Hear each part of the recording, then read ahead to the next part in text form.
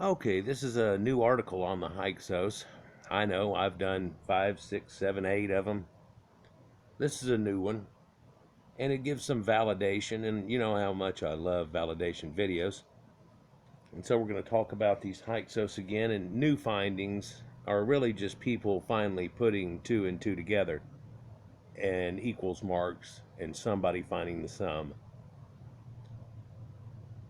What we're looking at here is one of the old depictions out of the Ramses III, I believe, tomb. And it shows a depiction of the Hyksos that are shown here. And there's another below, but it's about half chopped off. This symbology that's right here is the symbol for the Hyksos. A lot of people know of it already, and it's very famous. And this is where they got the idea of the shepherd kings, for it looks kind of like a crown and the crook or the hook of a shepherd. And these people were known to have been well at domesticating animals.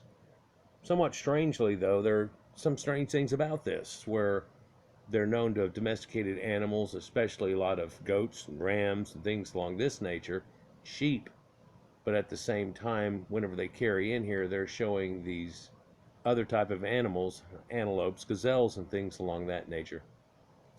You can see this guy here tabulating it up, and across the top it tells you what they bring in somewhat, and then there's a list, and if you look, it's got little bitty hieroglyphics on it, kind of having a list or a summary of what they had brought in. Now this is whenever they do penance to the certain people from living under their guise, just like we pay taxes today and so on like that.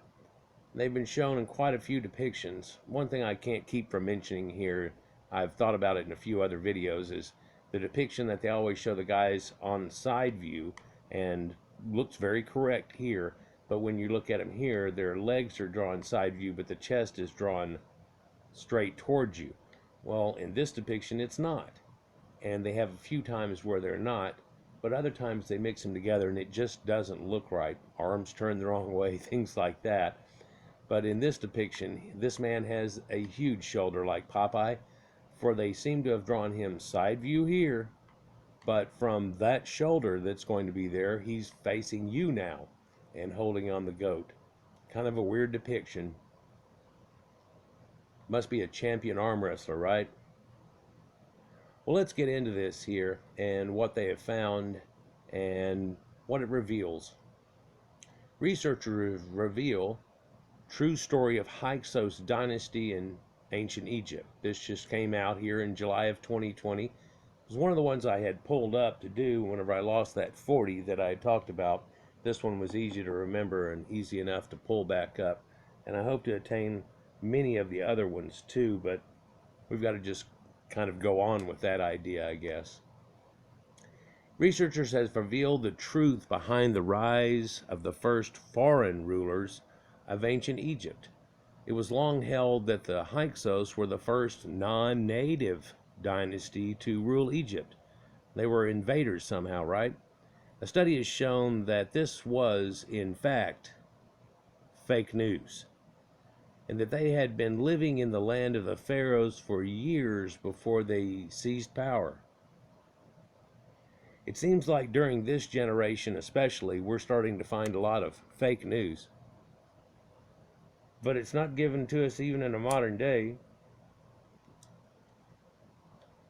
There was fake news back then.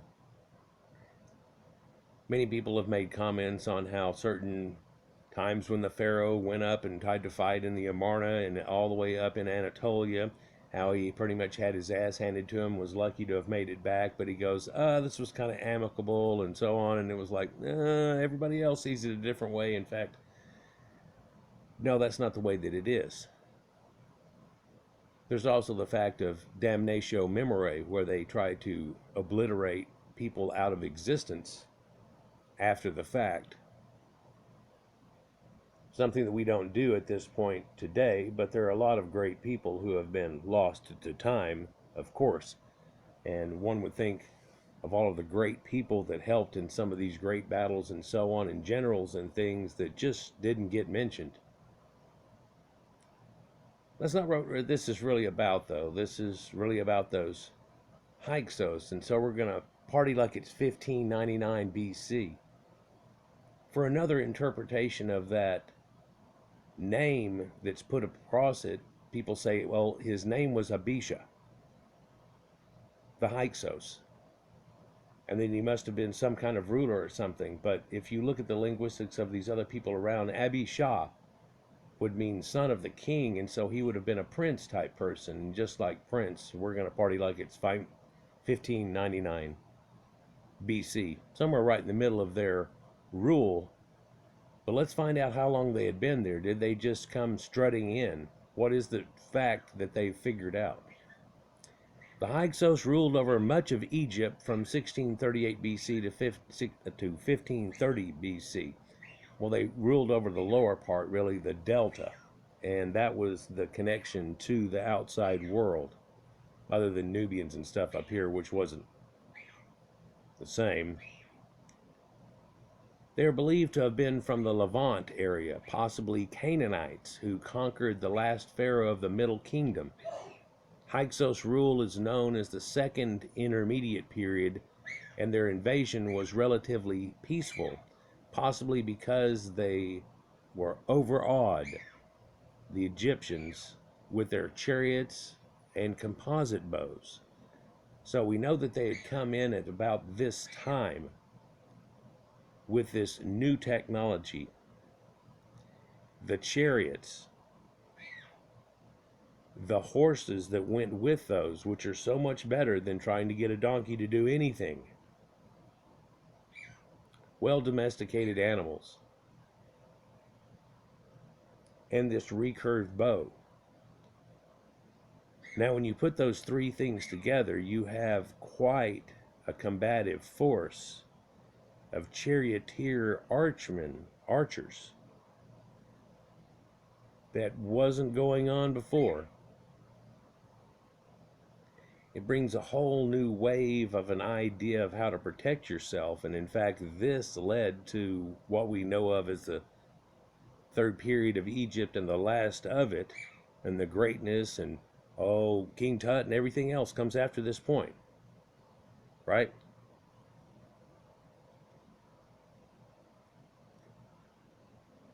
But it's what helped sustain them through that time.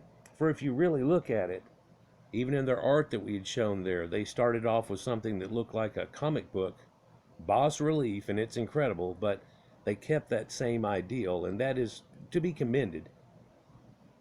Especially in a modern day when we see things changing within generations sometimes and so on, and such a rapid change going on, that these people, regardless of their slight change that they had, which wasn't great, but they kept this same iconography for such a long time. It's overwhelming, just that thought alone on itself.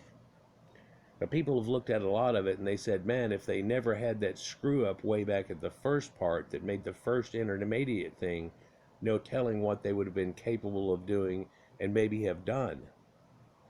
We can't look back in sorrow and say, oh, well, they da-da-da, but I've recently showed how a volcano and things led to that idea and the downfall that went to there. So we kind of know that it was out of their hands in a way, and in the hands of the gods, if you will, that this thing started to happen and the downfall that happened there. But they say that it was peaceful. There's really no archaeological evidence of this great war and coming in and taking over and things changing and all this type of stuff. And it's quite often baffled researchers like myself and others. I stand on the shoulder of giants and people like this that are making these assumptions and putting two and two together, because I don't even have the blocks in front of me to be able to do so. Sometimes I can look at other people's information and glean those blocks out and make assumptions and go from there. It's kind of the way it works in a long string. But so we know the names of several Hyksos rulers, but the extent of their power has never been fully established. And we know some of those names there are Yakub Baal. Yeah, that's Jacob. And he made all these claims where they had done these things, but yet in reality we find that that spread over a large period of time and were different people. In fact, the Assyrians were this one and this one and the other, and this one place just came out of disuse and everybody moved away. It wasn't even conquered necessarily. So it's odd that we can't put certain together things from the Bible, but it's not whenever you realize whenever the Egypt and how they said things about stuff and where that goes, and then you look at Greeks and their hearsay and stuff that they put down, and people have quite often tried to say, well, that's got to be exactly true, and it's like, no, he's even telling you right there he doesn't believe it himself, and these people are telling him this crap, like Herodotus and others. And then others went on and they said, this guy said this, and I'm going to expound on that.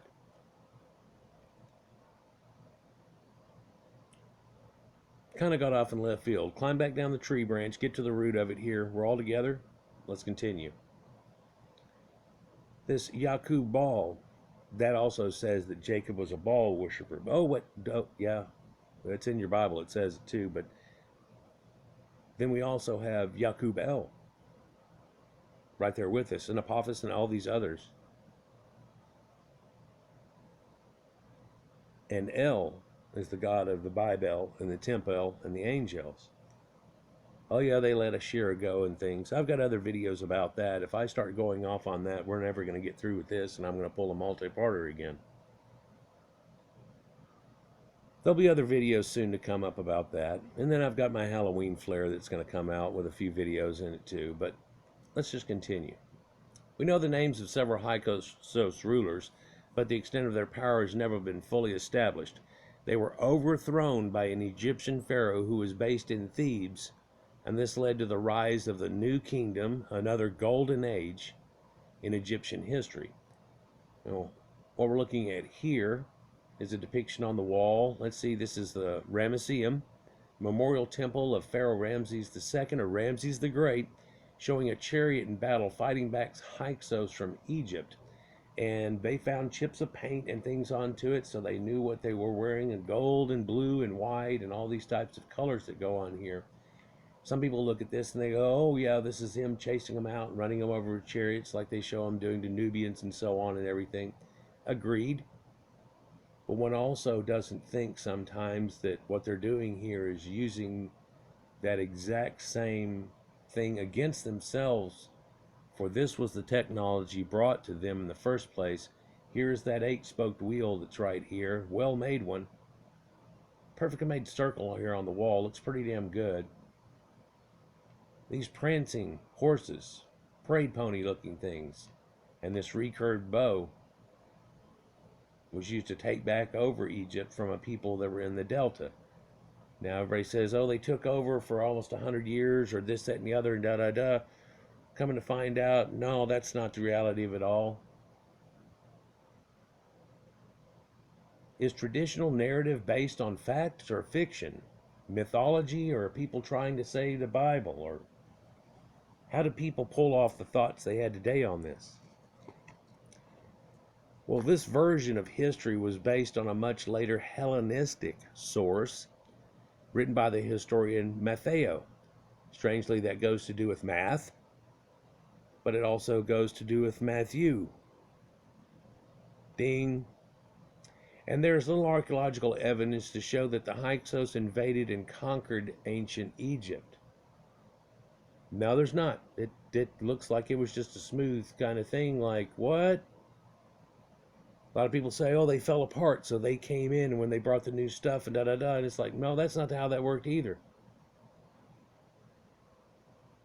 Hieroglyphics did not reveal much about the invaders, and live or science reports that Egyptian rulers frequently destroyed records or spread propaganda about their predecessors.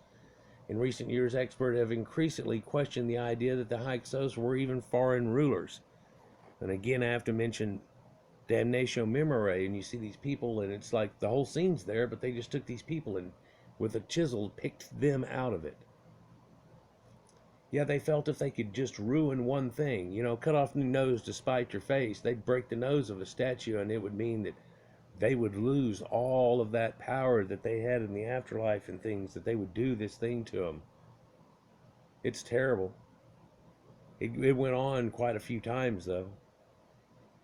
And this guy that was doing it, knowing damn well it's probably going to happen to him too, especially with what he just did.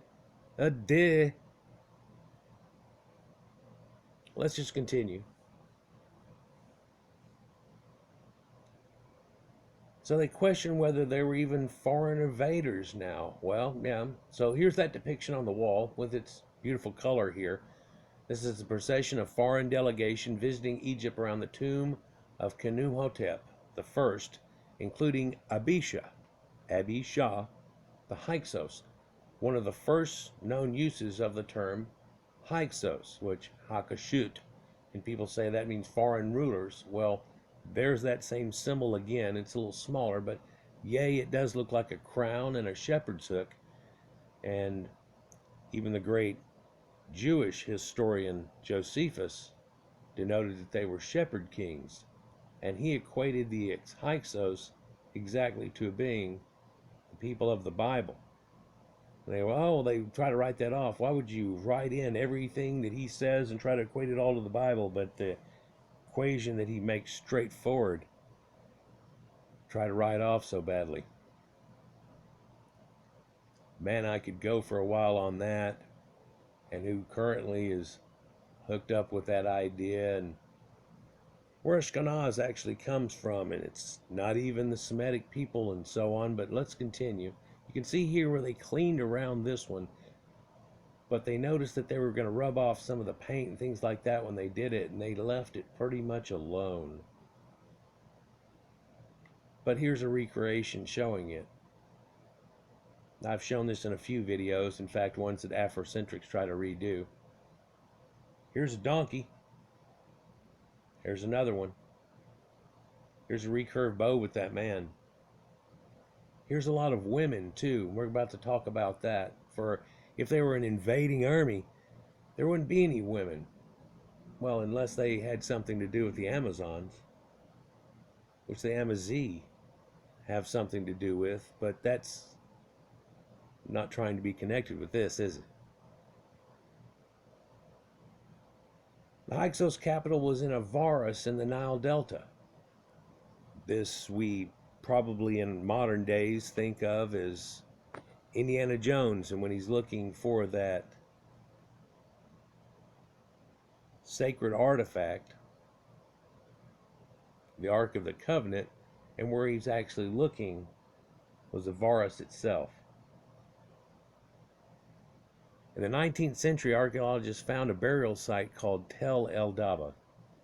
Here they found evidence of the Hyksos and their unique culture. Chris Stantis, a researcher at Bournemouth University in the United Kingdom, told Live Science that the tombs with non-Egyptian burial customs were especially intriguing. Typically, males buried with bronze weaponry in constructed tombs. There was also evidence of some horse burials at the location. I'm going to interject here, might be the wrong moment in this whole thing to do so, but I'm going to tell you that there was a secondary wave that made this happen. For when we find out these people were actually here, which I'm about to reveal to you, they didn't have all that. And then all of a sudden they did. And it's not something they developed while being attached to Egypt.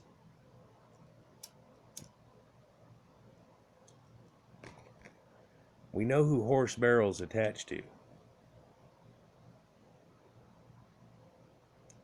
So now we're seeing a relief here that's done in depiction, and this was supposed to be the expulsion of the Hyksos here. You'll see this is a familiar depiction. We've looked at a lot of them in the Egyptian iconography. Something strange about this though. He's got this weird thing in his hand here that looks like a torch handle maybe. This man had his arm bent and it looks like it's connected to that. Almost like when they carved it out, they made that the easy connection to be able to do so. But make no mistake about it, this is that same Orion pose that we've seen since the pre-dynastic and through, where the man is holding upon the head and about to rear off, and it's the famous pose of Orion. Egyptian blue hat, not the red, not the white, the blue. Yeah, they had all three colors of the American flag for sure. And the sacred symbol of the snake is there also. Way before. I've made far too many connections about snakes and dragons and things like that here lately, but I'm not through yet. That's the depiction found on an axe. So it's just a cleave axe, size of your palm. Of Pharaoh Ahmose slaying the Hyksos. Now, in the idea of this too, he was the one that had kicked them out of there, and people have made the connection. That's Moses. And so whenever he led them out and all these things, the story has totally been altered, hasn't it? Well, to solve the story and the mystery of the Hyksos, Christantis and her colleagues examined the teeth of 75 elite individuals from 3 sites in Teledabba. These sites contain non-Egyptian type burials from a variety of periods before the Hyksos' alleged invasion. What? Yeah. Researchers wrote in PLOS that the largest isotopic studies of ancient Egypt to date, this study is the first to use archaeological chemistry to directly address the origins of these enigmatic Hyksos and their dynasty. To better understand the Hyksos, the team examined the strontium, which carries signatures of the geology of the area where they once lived. It's like the water in the source they have has certain amounts of strontiums and certain isotopes. And by seeing what the people's teeth have in that, they can tell where they used to live and if they're endemic or non-endemic. And in fact, they've seen so many people from certain areas, they say, hey, this is from up here. This is from over here. When they were young, they were here. When they were old, they were there. People are getting real good at this stuff. It's amazing, science. When the stratum values were graphed, it was established that over half had spent their early years outside of the Nile Delta. By another similar statement, it states that over half had been there all the time.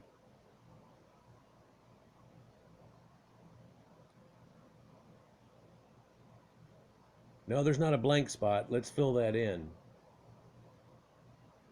Here's Teledabba. This is more close up. This is a little farther away, so you can see Teledabba is up on this Paleozoic branch of how the Nile used to break into 4, and a lot of people said, oh, that's got to do with Eden. No, that's the Sumerians. That's where that story was directly kifed from. But Teledabba, Memphis, Cairo, Thebes, way down here, this is where the dynasty had taken back over this part and ran people out of Egypt. A lot of people said, well, it had become so taxed during that time that it was kind of on the edge. And by pushing these people back out, it took that ease off of them and it let them actually get back to going where they were or at a high level. Other people state that, no, by the looks at it, wherever it happened, once they left, they had to restart a whole bunch of stuff because something important had left there. And so it doesn't look like it's just some little invasion, just some little bit for boom. And no, they didn't take the chariots away or anything else, so why did it sag? There's a reason for that. We're getting into it. So you can see this on the delta and everything. Alexander's right up over here, and at the time this land would have been attached and not pushed out into the Gulf and up underwater now. But this would strongly suggest that many of those buried at the site came from outside not only the Nile Delta, but Egypt as well. Even before the supposed invasion. Well before. Does this add up to the 400 or 430 years spoken about in the Bible? Oh, yea, verily, I think it may even surpass that amount. For the other portion of them they talk about, like they'd been there the whole time. Put that piece of the puzzle in there. Stantis is quoted in a statement by Courthouse News as saying archaeological chemistry, specifically isotopic analysis of strontium, shows us first generation migration during a time of major cultural transformations in Egypt. Way back. The findings suggest that migrants had lived in Egypt long before the purported Hyksos invasion. Sadly, the team was not able to establish the exact origin of the migrants. But I think if they look at strontium analysis of other people, they'd be able to peg it down a little bit better. I think there's a lot of people that don't want them to do so. What do you think? Did the Hyksos pull off a peaceful invasion of Egypt? Was it even an invasion? Question mark. A king seal. Was Pharaoh Apophis originally king of the mythical Cushites? Well, we've made connections that hook up all that together, haven't we? And who Cush actually was. Top 50 interesting fact about ancient Egypt you may not know. Well, we're talking about one that's not even on that list. Let's continue. Challenging the classic Hyksos narrative. Well, the results seem to challenge the classic narrative of the Hyksos as an invading force. Explain the researchers in PLOS. This has led them to theorize that the group were actually migrants who had long lived in the Delta and seized power after an internal power struggle, possibly a coup.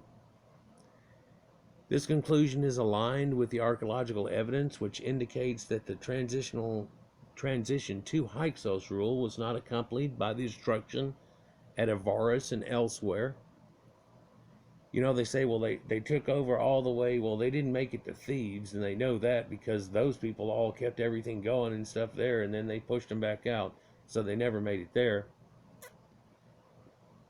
They can see remnants and stuff and extent of that they had stuff going on, and because they are co-ruling, they had things named after them, and their names show up at certain places. And it didn't get all taken away from damnatio memoriae either.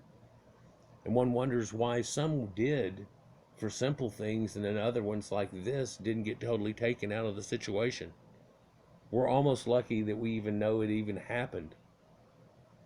In fact, in reality, the only way we know it happened was we tried to figure out the Bible thing and put it all together and everything, and once that fell all apart, what was left is this, isn't it? Possibly we would have never dug this deep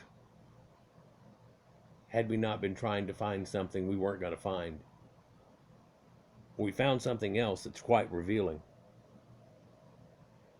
Egyptologist Ori Goldwasser thinks most of the immigrants probably traveled to Egypt in peace. He reports to Science magazine, and that their rise to power was a result of internal collapse. It's quite possible that this intermediate period they talked about was whenever they stepped up. But think about it. I'm telling you now, they had already been there for quite some time, but there was also integration going on too, which in the current narrative is not existent. But in reality, they say, yeah, it was. But there seems to be a blank spot. See if we can fill that in a little bit more. Here you can see these Caucasian Egyptians, and we talked about them having blue crystal eyes and so on again, but these same people that were here, and they carry that same trait too. Yeah. But there's some that are leaving on those parade horses. What? They got a blue cap on. What? Well, I've got the red and white. Yeah, and there goes the blue. It's just a depiction of it, drawn way much later. But if you look, a lot of these people have Egypt iconography. Like this man down here, kind of covering himself a little bit, but looking back. Is that Moses? Is that who that's supposed to be? Many people look at these cultures and they say, well, that's such a late date anyhow, you're pulling it off. You didn't put it in the right point in history to have even been correct, but a lot more to that. The classic narrative related to the Hyksos Dynasty tells of a tale of foreigners who invaded Egypt, seized power to rule from Avaris in the Nile Delta before being expelled to Levant. When the results of the study were correlated to the gender of the deceased, the researchers found something else interesting. The majority of these females appeared to have come from outside of the Nile Delta. Now, that might be strange for a lot of people, but if you know about the history of the Amarna tablets and things that went on and how the Colchians and all this hooks up together, and the Colchians, of course, are in the Caucasus Mountains, and the connections they had made, even with Herodotus and so on, telling you their somewhat curly hair and tan skin wasn't the thing that showed them out, but it was their linen and things like that, because everybody around in this area has that type of look. Other people try to use that statement in very false news ways, though.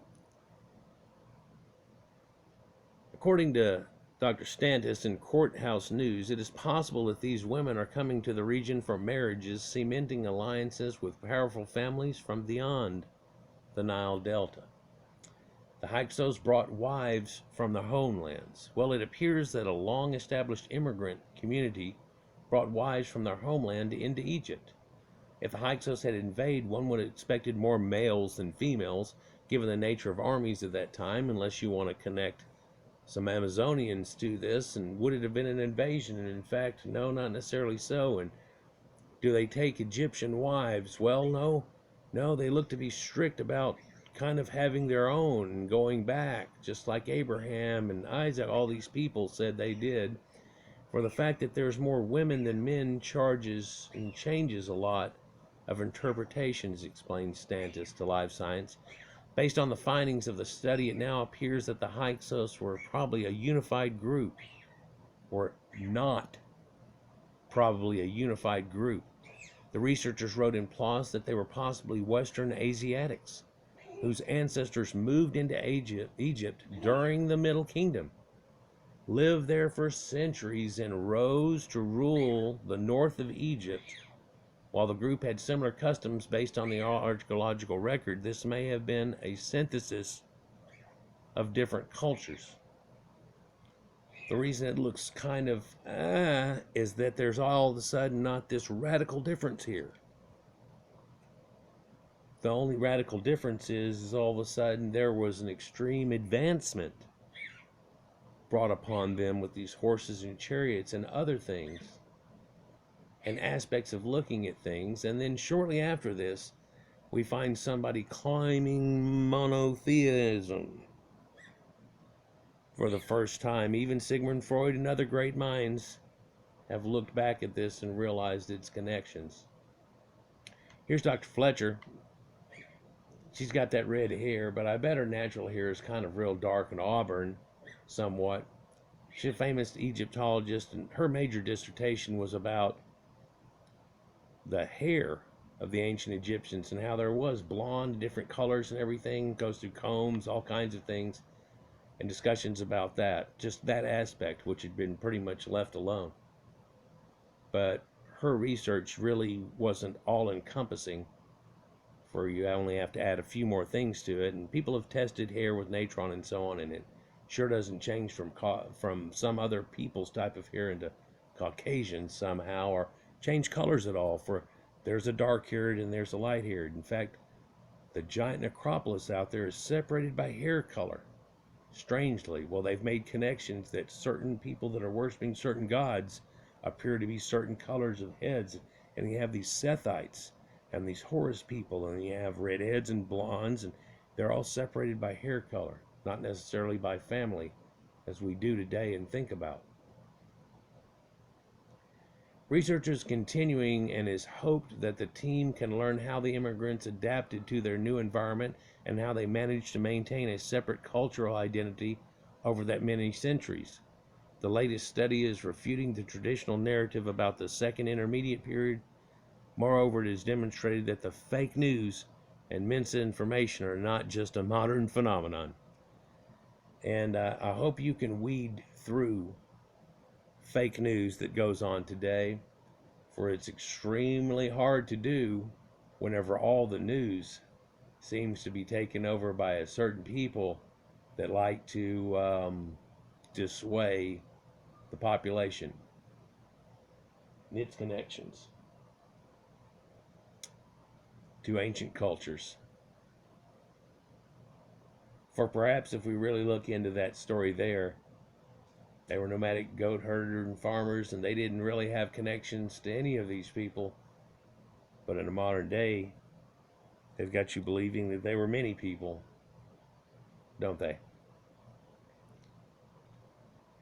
So, I guess to summarize and finish this off, the Hyksos here were not somebody who just came in at the dating that they're giving, but they had been people that had been there for centuries and centuries before. An avid part of Egypt. Whenever they got kicked out, it looks like it was just to reunify in one rule, and it was under the Thebans. And so it was pointed out at one point, and the only reason we actually have a connection of it is that guy was so cocky about the fact that he had reunified it that they didn't totally damnation commemorate the whole thing. We're lucky for it. We're more lucky that there are at least a few artifacts that haven't been kithed that can show you the ancient blue crystal-eyed statues they had. Look up crystal blue-eyed Egyptians, and you'll see the earliest of dynasties, and they had these ooparts. It's weird. They had a perfect lens made of crystal back at that day, and it's polished and everything, and they have them on ancient statues all the way through the 12th dynasty, and then there's a few that show up later, like in Nefertiti, who've lost one eye, but the other eye is still blue. People made connections, and they said, well, this is when all the Caucasians came in, and it's like, no, they were Caucasians before. Even the pre-dynastic Gibelline mummy known as Ginger is a blonde-haired Lucidaire. All of the ancient Egyptians were Caucasians. So were the Hyksos, and a variation on a theme. But when we look back at it, and they were here for a little time and so on, it's not necessarily the real reality of it all. And I just hope that they find in the strontium levels, when people start checking versus other charts and turn around and go, aha, just like they've done for DNA, where they can correlate and just simply hit a little Control F function and it'll go, boom, here's what their eyes would have probably been. Looking at those genetic, here's what color this was, here's what that was, what other genetics stand out, here's a list. With strontium, they should be able to make at least a list and saying, well, if they have this certain isotopes, that's from here and here and here, take your shot at which one you think it is. Or is it a culmination of a few of those? It's able to further archaeology quite a bit off this simple tooth test. Well, you can drill the dentin out of the middle of the tooth and still get DNA out of it, or an occipital bone in the head. And they can tell you even a lot more and their past genetics. But a strontium isotope will tell you where they were growing up or recently, and where they were. And finding these ancient people in Avaris, and they had this going on, and they said, oh, it must have been around this time too. And they go, no, that dates hundreds and hundreds of years before which. And already at this point, looks like half their women are not local and half are. But by local, I mean still the Hyksos. You follow me?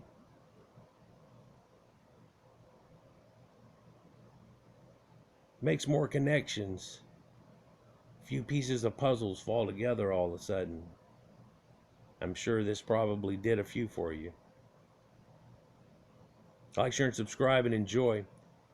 We're going to go on studying ancient cultures and make other connections, and I've got a couple of other videos that can also connect this same situation. Our genetics. Coming up shortly. Enjoy. Peace.